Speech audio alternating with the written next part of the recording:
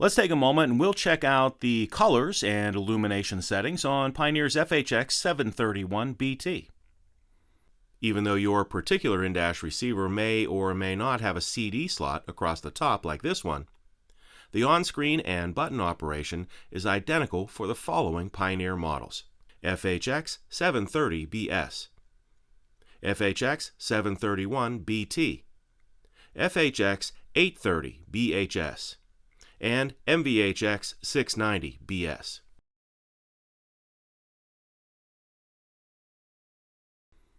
So from any source here, I'm going to touch in on the volume control, and we want to roll along here until we find the illumination menu. There's illumination, and we'll press enter. And the first thing we see here is color, and that's what we're after first, is to change the colors of the display area and the key area.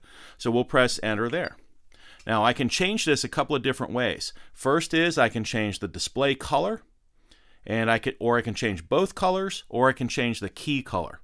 So let's start off with both colors first, and we'll press enter there.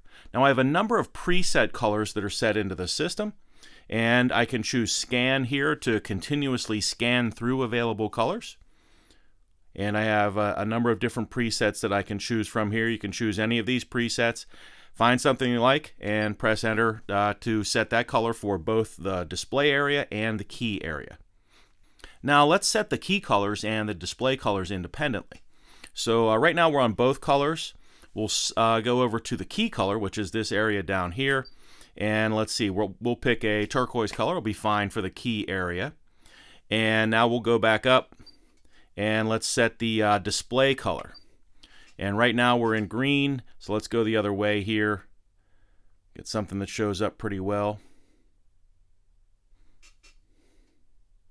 How about that purple color for the display? So we have two different colors happening there at the same time. We can press enter there.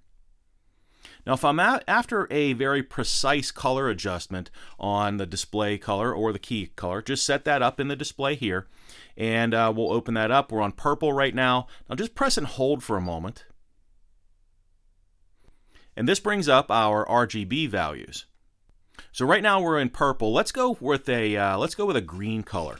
So I'm going to roll this back, my red's back a little here, maybe down below 10, and we'll press enter. I want my greens to be very high because I'm looking for a green color here. So I'm going to roll this up pretty high.